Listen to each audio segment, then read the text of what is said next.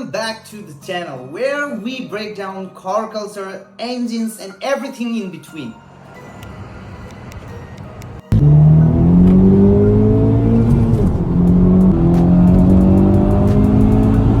Today we are diving into one of the Honda's most iconic and beloved engines ever made, the K20 series.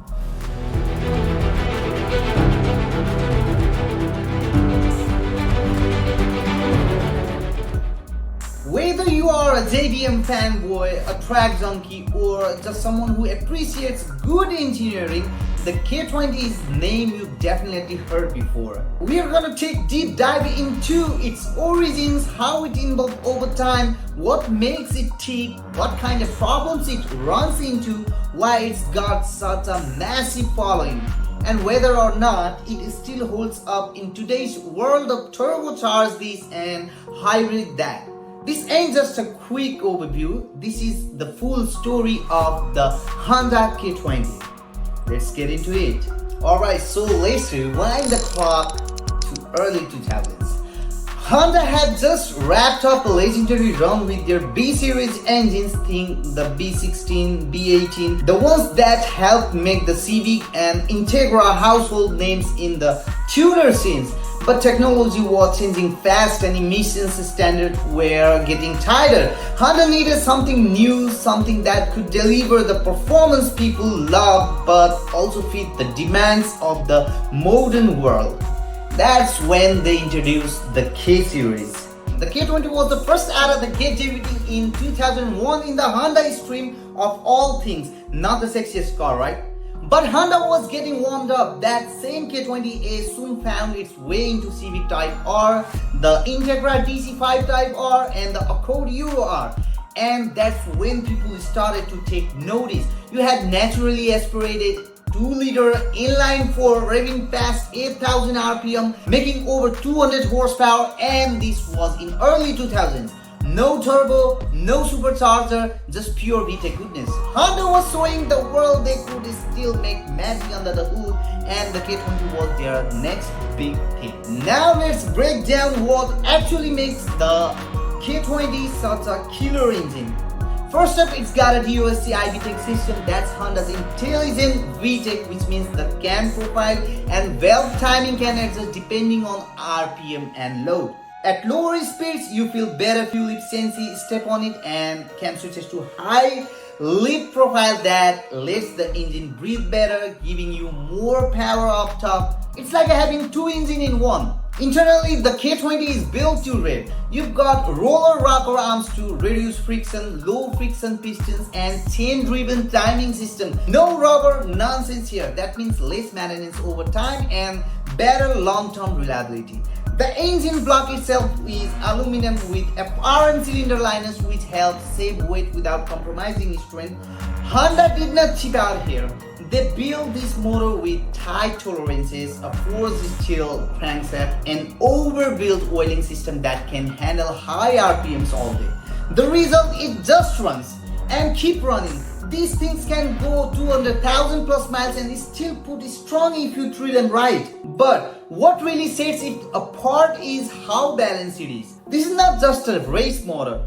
It's a daily driver's dream too. The K20 gets surprisingly good gas mileage, especially in more tame variant like K20A3. That's thanks to smart cam control, clean combustion and Honda's obsession with efficiency. You can plug in the morning, cruise all day and still get decent MPG. That kind of dual personality is rare. And if you are the type that's like to mod, oh man, the K20 is the Legos for car people. You want boost, it is turbo kits for breakfast. You want to go all motor, there are high lift cams, tune headers, better intake manifolds. The aftermarket is endless. It's also super ECU friendly, especially with platform like Honda, so getting it tuned just the way you want is easier than ever.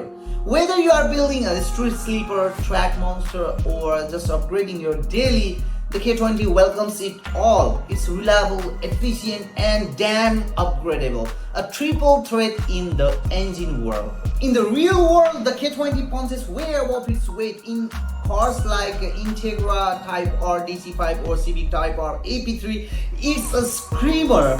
You are getting between 200 and 220 horsepower out of the box, naturally aspirated. That's impressive. But here's where things get wild. This engine loves to be tuned. People have done everything with K20, slapped on turbo kits and made 400, 500 and even 600 horsepower. They have swapped it into older Civics, CRXs, Miatas, even classic MR2s. The K-swap scene is massive and honestly it's easy to see why.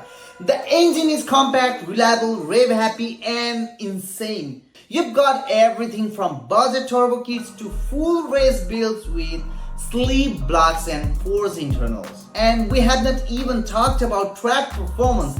You will see K20 builds tearing up road courses, autocross, even time attack events. The throttle response is sharp, the power band is usable, and the sound, especially when VTEC kicks in, it's just safe kiss. The K20 doesn't just perform on paper, it delivers on the road and track in the way that connects with the driver. That's rare these days. Now, no engine is perfect and the K20 is no exception, but it's damn close. With proper maintenance, this engine can run well over 200,000 miles even with spirited driving, oil changes, good fuel and regular inspection go a long way. That said, there are few things to watch for. The timing tensioner can wear out over time, especially if the car's been revved hard regularly. If you hear a ticking sound on cold start or while revving, that might be your sign. If it's not fixed in time, the chain can jump and mess up your timing. Worst case scenario, you are looking at the engine damage. And now the common issue is oil consumption, particularly on the higher mileage K20s. It's not uncommon for an engine with 150k plus miles to start burning oil. Keep an eye and label between oil changes. Also, crack engine mounts are a thing, especially on swapped or aggressively driven cars. And lastly, the VTEC solenoid gasket tends to leak with age, but that's an easy and cheap fix. Bottom line, these engines are incredibly well built. Most issues come from neglect or abuse. Take care of it and it will take care of you. If you hang around the car scenes, especially the JDM crowd, the K20 has near mythical status. It's right up there with the 2JZ and SR20 in terms of influence. People love it not just because of the performance, but because of the experience it delivers. It's raw, it's loud, and it's got that unmistakable VTEC crossover that makes your hero stand up. You go to the local meet or scroll through Instagram and chances are you'll run into at least one K-swap build. It's badge of honor now, and the best part, it's still relatively affordable. Unlike the B series, which has shot up in price, the K20 is still out there. Junkyards, donor cars, online marketplaces. Whether it's track day builds, show cars, budget swaps, or just dudes messing around in their garage, the K20 community is alive and thriving. It's not just an engine, it's movement. Now let's talk about the new kid on the block, the K20 C1. Found in the FK8 Civic Type R, this version ditches natural aspiration in favor of a turbocharger and direct injection, making factory rated 306 horsepower. Is a whole different animal. It's still raving happy, it's still responsive, but with that extra punch of force induction. Some purists miss the NA magic, but there's no denying the performance. Plus, Honda did an amazing job tuning this engine to be both fast and reliable. Even tuned K20 C1s are known to handle 400 to 500 horsepower without needing major internal upgrades. That's right. With emissions tightening and EVs taking over, engines like the K20C might be some of the last great 4-cylinders we ever see. So yeah, future's changing, but the K20 name is still out there doing work, and that's something to celebrate. So there you have it. The Honda K20 is more than just an engine, it's a symbol of what makes Honda great. High revving performance, bulletproof engineering, massive community love, and legacy that just keeps growing. Whether you are into old school JDM builds or looking at modern turbo monster, the K20 has something for everyone. Drop your K20 stories in your comments. Have you owned one, swapped one, blown up one? We want to hear about it. And hey, if you like this video, smash the like button, share it with your car buddies, and make sure to hit that subscribe. We've got more deep dives coming on your way. Thanks for hanging out. Until the next time, stay boosted, stay loud, and always keep it in VTEC.